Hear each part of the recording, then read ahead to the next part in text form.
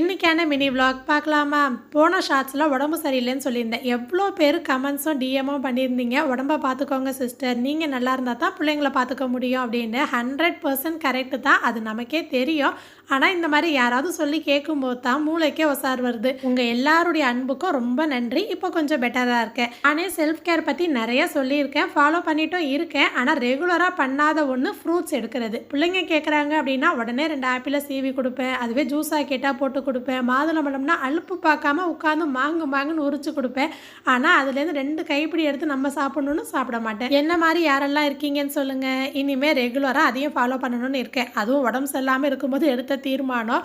இங்கே பாருங்கள், தாளிக்கும் போது இப்படி கவுண்டர் டாப்பில் வைக்கிறேன்னு கீழே போட்டுட்டேன். நானே உடச்சிட்டேன். இது ஏன் தப்பு தான். டிமார்ட்டில் வாங்கினது அவ்வளோ சூப்பராக இருந்துச்சு. எடுத்து எண்ணெய் ஊற்றும் போதெல்லாம் ரசித்து வச்சுட்டு இருந்தேன். உடஞ்சி போச்சு. இந்த வாரம் என்னன்னு தெரியல, உடையிற வாரம் போல் இருக்குது. இப்போ தான் க்ளீனிங் வீடியோ லாங் வீடியோவில் காட்டியிருப்பேன். கிளாஸ் ஜக்கு உடஞ்சதை, இப்போ பாட்டில் உடஞ்சிருச்சு. இந்த மாதிரி ஏதாவது நடந்தால் நேரம் காலம்லாம் குறை சொல்லி நெகட்டிவ் தாட்லாம் நமக்குள்ளே வச்சுக்கக்கூடாது. இப்போ உடஞ்ச பாட்டில் குப்பையில் போட்ட மாதிரி அதையும் தூக்கி போட்டுடணும்.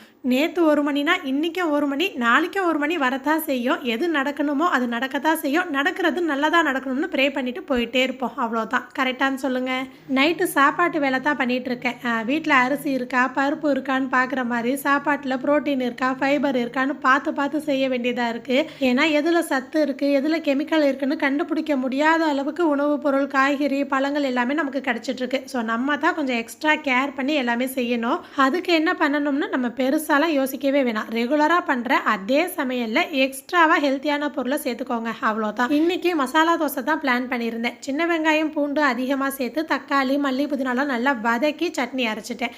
இன்னொரு பக்கம் மசாலாவுக்கு நம்ம உருளைக்கிழங்கு பிரட்டுவோம் இல்லையா, உருளைக்கிழங்கு கூட எக்ஸ்ட்ராவாக 2 கைப்பிடி அளவுக்கு பன்னீரை துருவி சேர்த்துருக்கேன். நான் பிள்ளைங்களுக்காக பச்சை மிளகாலாம் கட் பண்ணி சேர்க்கல, மசாலா காரம்லாம் கம்மியாக சேர்த்துருக்கேன். அவ்வளோதான். மசாலா தோசை இன்றைக்கி ப்ரோட்டீன் தோசை ஆயிடுச்சு. இது எல்லாமே தனித்தனியாக சாப்பிடும்போது டேஸ்ட்டு தெரியாது. மொறுன்னு தோசை சுட்டு அதுக்கு மேலே சட்னி வச்சு அதுக்கு மேலே இந்த பன்னீர் ஸ்டஃபிங்கை வச்சு நெய்யோ இல்லைனா நல்லெண்ணெய்யோ விட்டு சாப்பிட்டா அவ்வளோ சூப்பராக இருக்கும். தேங்காய் சட்னி மட்டும்தான் இன்றைக்கி மிஸ்ஸிங்கு. இப்படி தோசை சுட்டு கொடுத்தா எத்தனை தோசை சாப்பிடுவீங்கன்னு சொல்லுங்கள். இந்த ஷார்ட்ஸ் பார்த்தவங்களுக்கு தேங்க்யூ.